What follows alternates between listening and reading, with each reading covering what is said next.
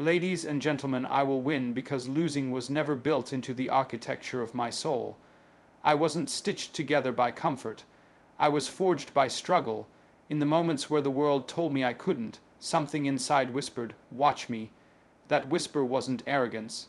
It was responsibility. Responsibility to carry forward something higher, something sacred, the discipline to become what I was meant to be, not what the world tried to make me. There's a moment when you have to decide if you're going to keep circling the same pit of excuses or rise up and build a staircase out of the very rocks that tried to crush you. Because life isn't fair, but it's just. It may not hand you what you want, but it reveals who you are, and that's the contract, not to be handed a crown, but to become worthy of wearing one, not to have comfort, but to develop character, and that doesn't come from applause. It comes from silence, from sweat, from sacrifice. People talk about winning like it's a moment, a snapshot, a trophy, but that's not real. Winning is not an act, it's a pattern. It's not one day of glory, it's 1,000 invisible choices stacked together in a silent war. You win when you show up after failure. You win when you shut your mouth and do the hard thing no one sees. You win when you don't run from pain, but use it like a chisel to carve out who you were meant to be. That's the win. That's the quiet war. That's the kind of victory that can't be stolen. And you know what? You'll suffer. That's the price. But suffering, rightly directed, purifies. Suffering teaches. Suffering is the currency of greatness, not because it feels good, but because it forces out the falsehood in you. It burns away the laziness, the ego, the fragile image you cling to. It leaves you with something solid, something grounded, something you can build on. There are people waiting for some moment of motivation to strike them like lightning, hoping to feel ready before they act. But that's not how it works. You act your way into readiness, you move your feet while the fear is still there. You pick up the weight while the doubt still lingers, because courage isn't the absence of fear, it's the decision that something matters more. And what matters more is becoming someone capable, someone resilient, someone who doesn't ask the world to shrink to their comfort zone. This is not about ego. This is about duty. The duty to step into your potential, to be accountable for the gifts you've been given. If you can breathe, you can build. If you can think, you can change. And if you can suffer, you can transform. Because transformation is painful, it's death and rebirth.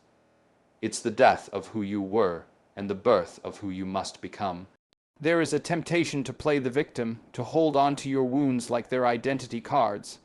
But you are not what happened to you. You are what you decide to do next. You are the will that rises. You are the choice that breaks the chain. And when you stop asking for a lighter load and start praying for a stronger back, you begin to win not just in results, but in spirit. You don't have to feel like a winner to start walking like one. You don't need the crowd to cheer before you step up. The crowd follows the fire, not the match, so be the fire. Burn so bright with purpose, people have to shield their eyes to look at you. Let the discipline speak louder than your words. Let the late nights and early mornings testify on your behalf. Let your work be your voice when the world doubts your name. People will underestimate you, let them. People will ignore you, let them. People will laugh. Let them, just don't you dare join them. Don't become your own enemy by believing that voice in your head that says, not you. That voice is a liar. That voice is fear wearing your voice like a mask. Tear it off. Talk back to it with action. Show it what you're made of. You don't build self-respect by talking about dreams. You build it by doing hard things consistently. When you keep the promise you made to yourself, that's when confidence is born. That's when self-trust is formed. And without self-trust, you're a boat with no anchor, drifting with every opinion, every failure, every storm. But when you can look yourself in the mirror and know you didn't quit, didn't cut corners, didn't compromise, then you stand tall no matter the outcome. You will not be handed the win. The win is buried beneath responsibility, beneath discomfort, beneath 100 days no one applauds. The win comes dressed in struggle, and the only way to claim it is to keep going when you feel like stopping, to move forward with blisters, with bruises, with doubts screaming in your ears, because anyone can move when it's easy. Anyone can smile when they're praised, but you win when you work in silence, when you speak through action, when you build something eternal inside you, a spine made of fire, a will made of iron. If you want to win, you must outlast the criticism, outlast the failure, outlast your own temptations. Life is less about speed and more about staying power. It's the one who remains when the others fall away that holds the crown in the end. And you're still here. That means something. That means the story's not over. That means there's still fight left in you. And if there's fight, there's fire. And if there's fire, there's victory waiting for you to reach out and claim it. Winning doesn't happen in a flash of glory. It doesn't arrive wrapped in gold, surrounded by crowds, or sealed in a trophy case. Winning is subtle. It is slow. It's a process, not an event. You don't win because you had one great day. You win because you strung together 1,000 days when you could have quit but didn't. It's not the result people see that makes you a winner, it's the grind they don't. People fantasize about the top of the mountain, but they ignore the climb. The hours before the sun rises, when the world is asleep, and your will is the only thing keeping you moving. The evenings when your body aches, your eyes blur, and your mind whispers, take it easy. Winning is born there in resistance to that voice, in defiance of ease. It's created in the discipline to keep doing what needs to be done, regardless of how you feel about it in the moment. You don't need motivation every day. What you need is commitment. A decision you made in clarity that holds even when emotion changes. Discipline is keeping the promise you made to yourself long after the mood in which you made it has disappeared. That's the secret few talk about. That's the uncomfortable truth most avoid. Because it means there's no excuse left. No one to blame, just you, your effort, and your decision to show up or not. Consistency is a moral act. It's a sign that you respect your own potential enough to invest in it daily. It means you don't wait for someone else to validate your value, you prove it to yourself in repetition. You become your own proof, and that's when something shifts. That's when the days start to stack, and when they stack, they start to shape. They shape your mindset, they shape your habits, they shape your identity. You don't need to announce who you are, people will see it in how you carry yourself. The reason many never win is because they expect results too quickly. They do something difficult for a few days, maybe a few weeks, and when the outcome doesn't arrive fast enough, they fold. They confuse effort with entitlement, but this path doesn't work that way. You're not entitled to the result just because you worked hard today. You're not guaranteed a reward just because you tried. Life doesn't bend for one-day warriors. It bends for those who bend themselves to its discipline over and over without letting up. Every day there's a choice. Take the easy path or take the one that builds you.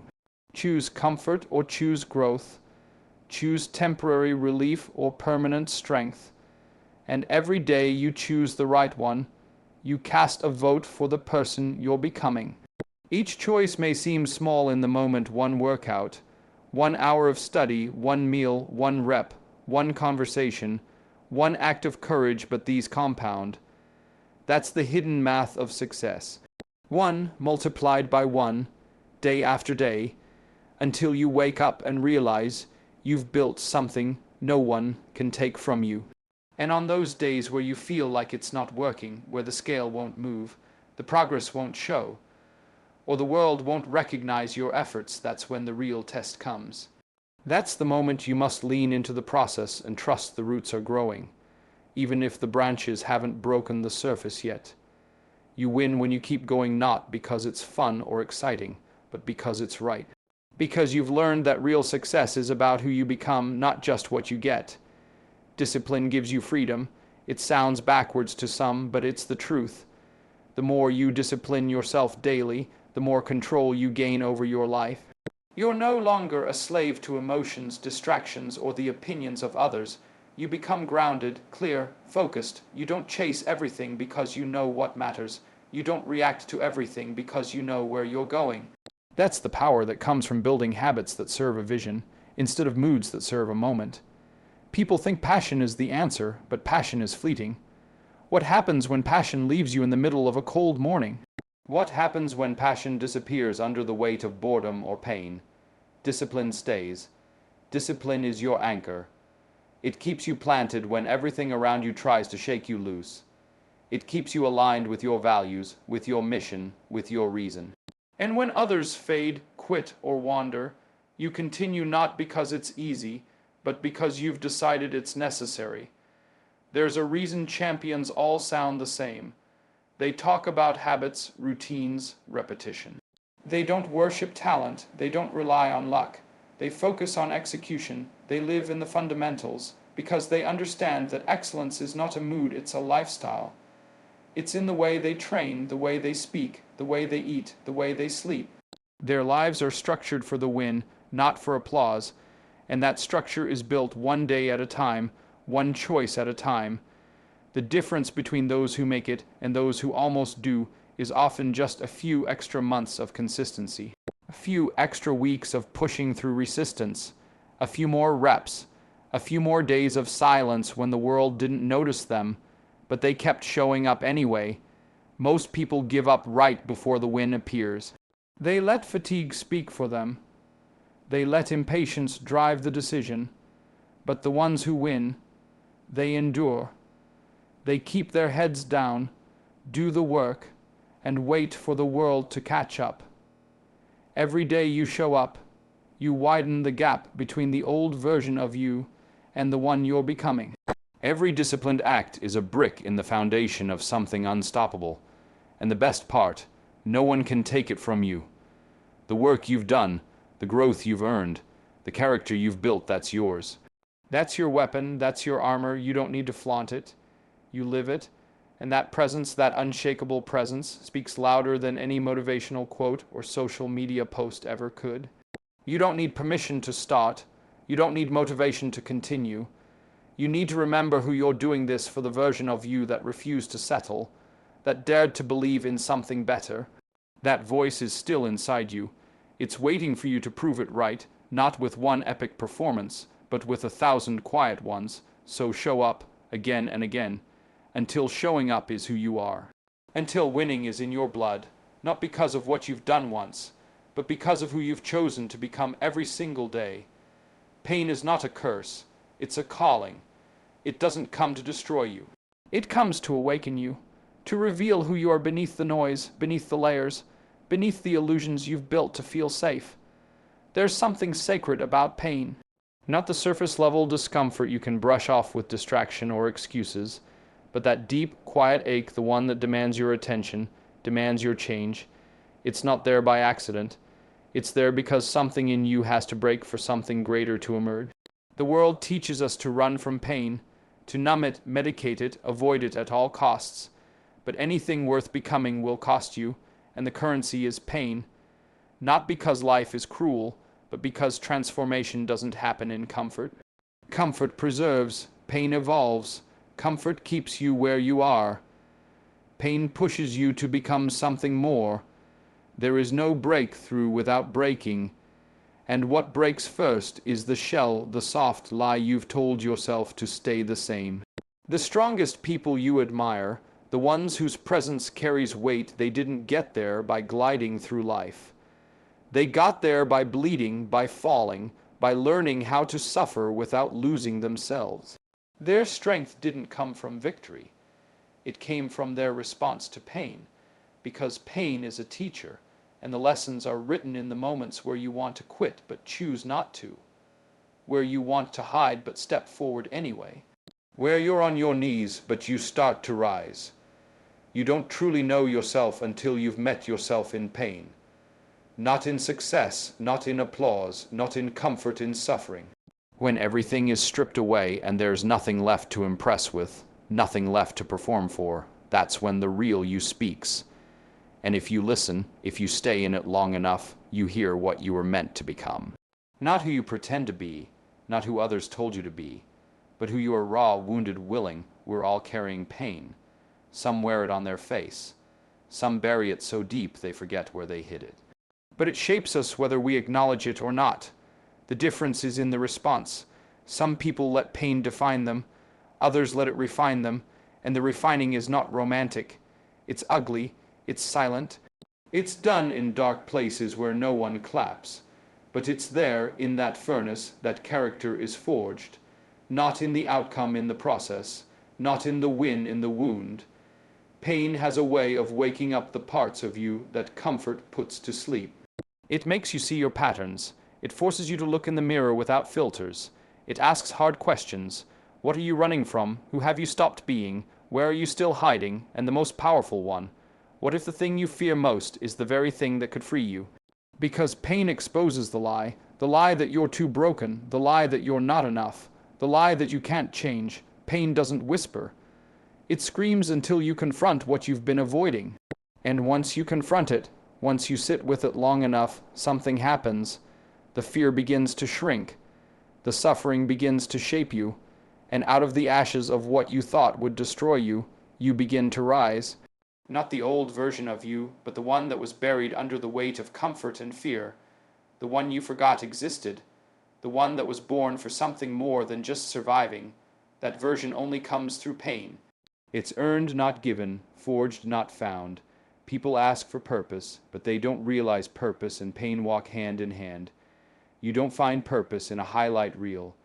You find it when you're stripped down to nothing and have to rebuild from the ground up. You find it in the discipline to rise when everything in you wants to stay down. You find it in serving others through the pain you've endured. In becoming the person you needed when you were hurting. In using your scars not as symbols of defeat, but as proof that healing is possible. Every time you run from pain, you extend your suffering, but every time you step into it with courage, you accelerate your transformation. Because you're not supposed to avoid the fire, you're supposed to walk through it and come out refined. Not everyone is willing to do that. But if you are, if you're willing to hurt for something greater, then pain stops being your enemy and starts becoming your ally. It doesn't leave you weaker. It leaves you wiser, more grounded, more awake. Pain teaches patience. It teaches humility. It teaches that control is an illusion, and that faith isn't just belief, it's movement in the dark. It's trusting that this struggle has meaning even when you don't understand it. And often you won't, not at first, but keep moving, keep breathing, keep showing up. And in time you'll look back and see that the pain you thought would break you was actually the path to everything you were meant to become.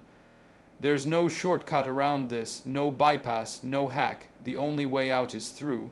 Through the late nights, through the disappointment, through the tears, through the silence, through the stretch. And in that journey, you'll realize that the pain wasn't punishment, it was preparation. It was shaping your vision, your voice, your values. It was creating a version of you that could stand where others fall, that could lead where others follow, that could endure when others escape. Pain doesn't care about your timeline. It doesn't show up when it's convenient. It appears when there's something inside you that's ready to grow but can't grow until it's broken. And if you have the courage to welcome it, not with joy but with resolve, then you'll see what most never will. That your scars aren't shame, they're sacred. That your story isn't over its unfolding, and that what once felt like a burden is becoming your breakthrough. One painful, powerful step at a time. Courage isn't something you feel, it's something you do. It's not some spark of motivation that arrives before the action. It's not an emotion that washes over you and makes everything easier. Courage doesn't ask you to wait until you feel ready. It demands that you move forward precisely because you don't. It's action in the face of fear. It's the decision to walk through the storm with your eyes open. It's the moment where you don't have the answers, but you show up anyway, because something inside you refuses to stay small. People wait around for the right time, for the moment when fear disappears, when the risk feels safe, when the outcome is certain. But that moment never comes. Fear doesn't vanish before courage begins. Fear stands in the doorway, and courage walks through it anyway. You don't build bravery by thinking. You build it by stepping forward again and again while your knees are shaking and your voice is uncertain. Every time you take that step, the fear loses just a little more power over you. And every step is a brick in the foundation of something stronger. We're told to follow our feelings, but feelings lie. They shift with the wind, They're shaped by fatigue, by insecurity, by what you ate that morning, by what someone said to you yesterday. If you let emotion decide your action, you'll never do the hard things. You'll wait for the stars to align and wonder why nothing ever changes. Courage ignores the emotional weather. It shows up in the storm and says, I move anyway. It doesn't eliminate fear, it dominates it through movement. You don't have to believe in yourself fully to act. You just need enough belief to take one step. That's all it takes. One decision.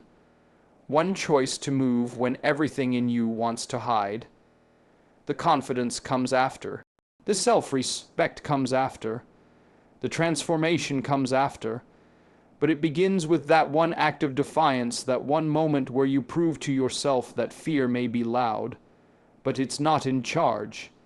That's when something shifts inside you. That's when the old version starts to crack.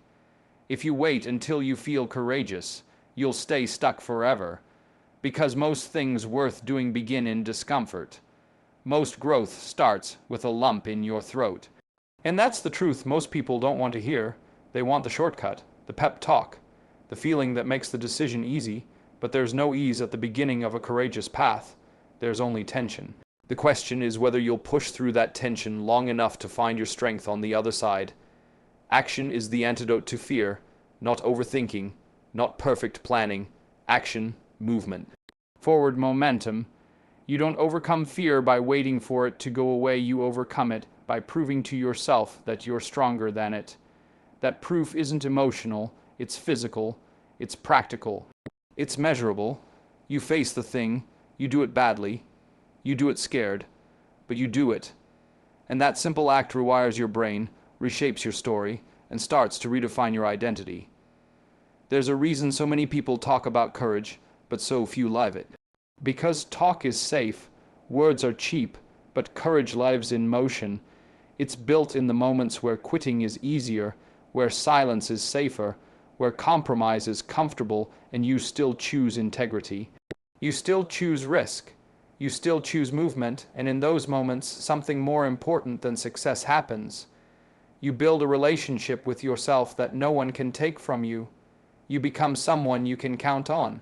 The strongest people you know didn't start strong. They just didn't stop. They kept acting, kept choosing, kept walking toward what scared them.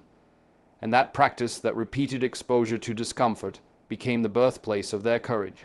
They failed, they got embarrassed, they were misunderstood, but they never let fear become the compass. They acted their way into growth, and you can too.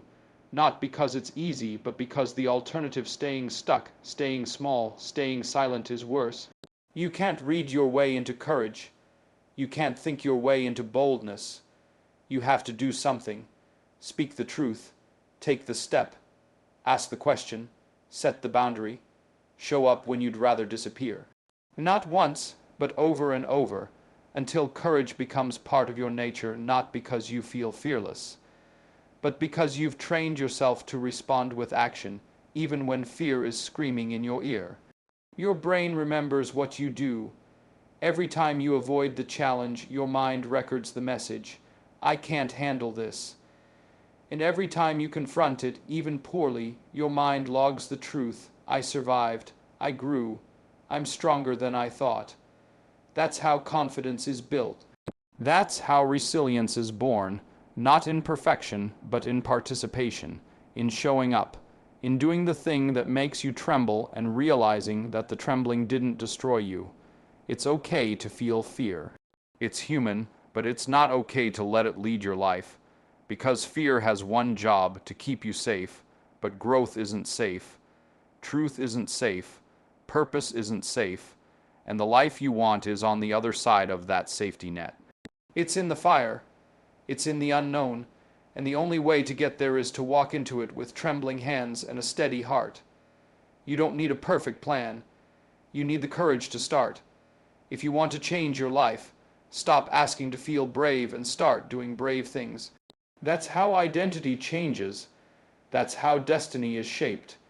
In quiet acts of rebellion against your limitations. In bold steps that no one sees but you. In choices that scare you but align with who you know you're supposed to be. Every time you act in spite of fear, you expand. Your capacity grows, your voice strengthens, your presence deepens, and eventually courage stops being a choice and starts being your character. Not because the fear is gone, but because you've walked with it long enough to know it can't stop you. You've proven to yourself that motion beats emotion, that doing the hard thing matters more than feeling ready, that progress lives on the other side of risk. And once you know that, once you've lived that, you'll never go back. Because nothing tastes as bitter as regret, and nothing feels as powerful as knowing you did the thing you were afraid of, and became more because of it. Victory doesn't go to the loudest. It doesn't go to the most gifted or even the most inspired. It goes to the one who stays, the one who endures, the one who keeps showing up when the crowd leaves, when the applause fades, when the spotlight turns elsewhere. Victory belongs to the one who outlasts, the one who makes consistency a creed, not just a strategy. It's not always about being the fastest or the strongest. It's about refusing to quit. It's about planting your feet when everything around you is trying to knock you off balance and saying, I will not move. The world loves the idea of talent, of overnight success, of meteoric rise. But reality is slower. Real progress takes time. It takes repeated failure. It takes quiet perseverance. What you see at the top is only the tip of what was built below. Years of unnoticed effort, nights of questioning, mornings of exhaustion, days of self-doubt, and through it all, the decision to continue. That's the foundation most people never see. They see the win, but not the war. And the war is won by the one who outlasts. When others slow down, you must stay steady. When others stop, you keep going. You don't have to sprint. You just have to refuse to stop walking. That's the hidden truth of long-term success. It's not always heroic. It's not always glamorous. It's often painfully ordinary. It looks like doing the work when no one's watching. It looks like repetition, routine, and relentlessness. You don't need a miracle. You need grit, the type of grit that wears down excuses, that silences the mind that says this is enough, and answers with not yet. Most people lose not because they couldn't win, but because they couldn't wait. They were capable, but impatient. They expected a harvest in a season built for planting. They wanted applause before they built the skills. They demanded results before they earned resilience. But life doesn't reward you on your timeline. It rewards your endurance. It tests your resolve. It asks, will you keep going when progress hides? Will you show up when motivation runs dry? Will you keep building when nothing is visible? And the ones who can say yes over and over those are the ones who rise. You have to fall in love with the process, even when it's heavy. You have to marry the mission, not the mood, because moods will betray you, emotions will fluctuate, but mission stays. Mission is the compass when the map gets burned. Mission is the reason you stand when your knees beg you to collapse. And when the world is watching someone else, when the attention has shifted, when no one cares anymore. Mission is the whisper in your ear that says, this still matters. Your greatest victories won't come when you feel your strongest. They'll come when you feel broken but continue anyway, when you're tired but stay faithful, when you're uncertain but still choose direction. That's where character is carved. That's where true power is born, not in the noise of success, but in the silence of perseverance. When it's not flashy, when it's not fun, when it's just you, the goal, and the grind. That's where separation happens. That's where the difference is made between those who dream and those who do. You're going to be tempted to stop. Life will give you reasons. It'll send storms. It'll send loss. It'll send disappointment and fatigue. But in those moments, you have to remember quitting has a cost too. You don't escape pain by giving up. You just trade one pain for another. The pain of progress or the pain of regret. The pain of discipline or the pain of decay, and only one of those leads to something greater. Only one builds something that lasts. You have to choose which pain you're willing to carry. There's power in perseverance because it's rare. Most people are sprinters in a marathon world. They burn bright, then burn out. But the quiet, steady, determined few, they become unshakable. They don't ride the wave, they become the current.